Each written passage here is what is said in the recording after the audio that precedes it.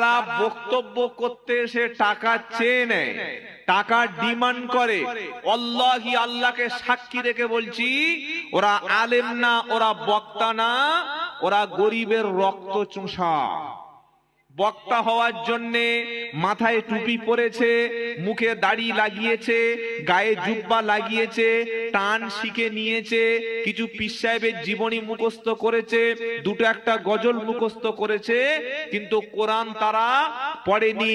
যদি বলেন কেন পড়েনি, পারা নাম্বার 23 সূরার নাম ইয়াসিন, আল্লাহ বলছেন ইত্তাবিউ মাল্লা ইয়াসআলুকুম আজরা ওয়া হুম মুহতাদুন, তোমরা তাদের অনুসরণ করো, তাদেরকে মেনে নাও যারা দিন প্রচার করে, কোরআনের কথা শুনিয়ে, কলেমার কথা শুনিয়ে তোমাদের কাছে কোনো পারিশ্রমিক চায় না, টাকা চায় না, পয়সা চায় না, তাদেরকেই তোমরা অনুসরণ করো। জোরে বলুন না সুবহানাল্লাহ।